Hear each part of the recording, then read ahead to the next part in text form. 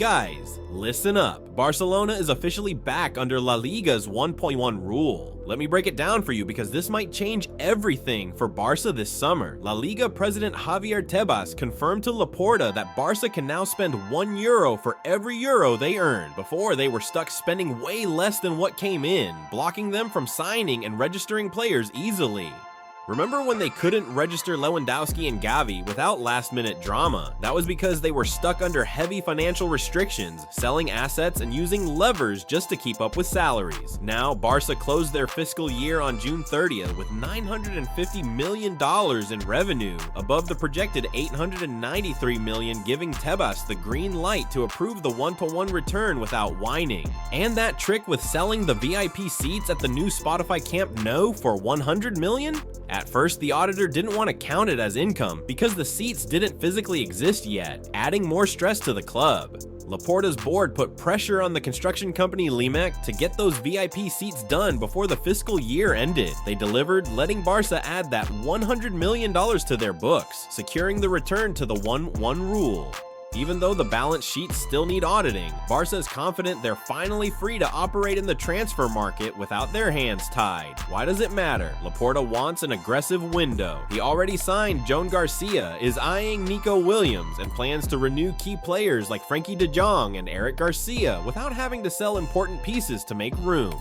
Plus, to sign Nico Williams, Barca needs to show financial guarantees to him and his agents. And this 1-to-1 rule helps exactly with that, giving confidence to the players they're chasing. Another big point, Barca needs salary cap space to bring in new players, and the 1-to-1 rule allows them to register signings immediately without the chaos they faced in previous windows.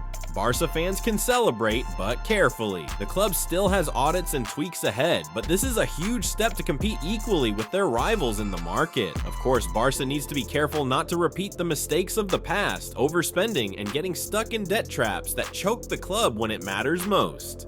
Now tell me, do you think Barca will actually build a competitive team with this new financial freedom, or will they mess it up again and end up in debt? Drop your thoughts below. And talking about transfers, here's a bomb that shook the Premier League. Arsenal have completed the signing of Kepa Arrizabalaga from Chelsea for $5 million. Yeah, Kepa, the same guy who became the world's most expensive goalkeeper when he joined Chelsea for $80 million back in 2018, is now officially a gunner for a much friendlier price. Kepa, now 30, is coming in as a high-level backup for Arsenal's current number 1, David Raya. He was a direct target for Arteta, who wanted an experienced keeper to keep the squad strong. In the last 2 seasons, Kepa's been on quite the journey, first on loan at Real Madrid, then at Bournemouth, where he kept 9 clean sheets in 35 games, helping them have the 6th best defense in the Premier League. Now he's joining Arsenal, wearing the number 13 shirt on a 3-year contract with a release clause, ready to compete and add stability to the squad. Fun fact, Arsenal also wanted Joan Garcia from Espanyol, but Barca moved faster and snapped him up before the Gunners could strike a deal. And check out what Kepa said when he signed. "I'm really happy and excited. I want to win, and I believe we're so close to achieving big things together." You can feel that hunger to win in his words, can't you? Arteta also praised Kepa, saying he brings experience, will elevate the team, and already knows some of the players, making it easier for him to adapt. Think about it, Kepa left Athletic Bilbao to become the world's most expensive goalkeeper, won the Champions League, UEFA Super Cup, Club World Cup, and Europa League at Chelsea, but also faced a fair share of criticism and ups and downs. It was 7 years at Chelsea, which he described as his home, in an emotional farewell post, thanking the fans and saying he grew a lot as a player and a person there. Now he's starting a new chapter at Arsenal, looking to prove himself again in the Premier League and show he's still got a lot to give, even if he's no longer the world's most expensive keeper. Now tell me, do you think Kepa will regain his shine at Arsenal, or will he end up just being an expensive backup? Drop your thoughts below. Now hold up, because this could shake the European market. PSG is gearing up for a big move to sign Rodrygo from Real Madrid.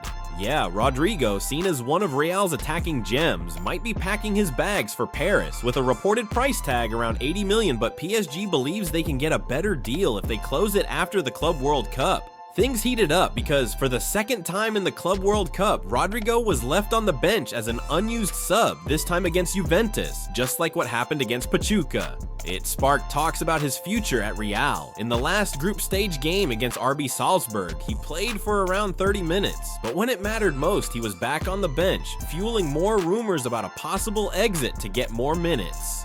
Luis Enrique, PSG's coach, has made it clear to the board, Rodrygo needs to be a priority because he fits perfectly into their attack alongside Kvaratskhelia, Dembele, and Désiré Doué. Rodrygo is super versatile, able to play anywhere across the front line, making him an attractive target for PSG, who wants to keep the standard high after winning the Champions League last season.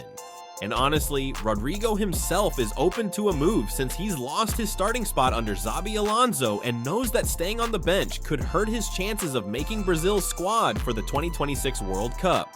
Rodrygo wants to arrive at the World Cup in top form, and he doesn't want to risk losing rhythm by being a backup at Real, so PSG could be the perfect place for him to play more and keep his level high.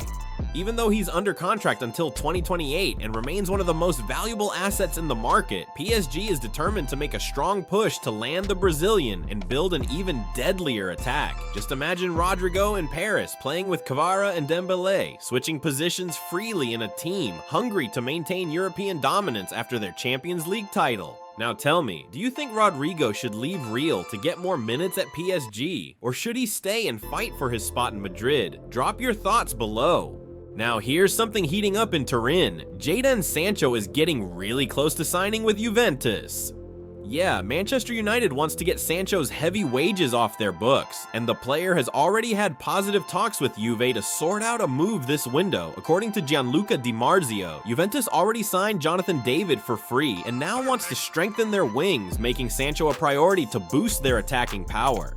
And it's no secret Juve has been a fan of Sancho for a while. They've been tracking the English winger for ages, and now they see the perfect chance to rescue his talent, which never really took off at United. The Italian club even offered swap deals, including names like Douglas Luiz, Vlahovic, and Timothy Weah, to make the deal easier with United, who needs to raise cash to pursue targets this summer.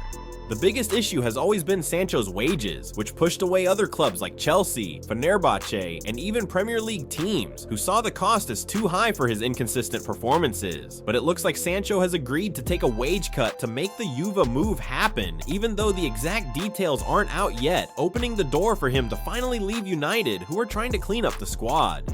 Juve believes they can revive Sancho's form by giving him a stable environment and consistent minutes, something he didn't get enough of in Manchester. For United, it would ease their wage bill and give them funds for Ruben Amorim to strengthen the team, with the club still chasing a striker, a midfielder, and a goalkeeper this window. Now tell me, do you think Juventus will be able to revive Sancho's career, or will he keep disappointing? Drop your thoughts below. Alright guys, that's it for today here on Puro FUT. If you enjoyed it, drop a like to help us out, and don't forget to subscribe so you don't miss the next football updates. Thanks for watching, and I'll catch you in the next video.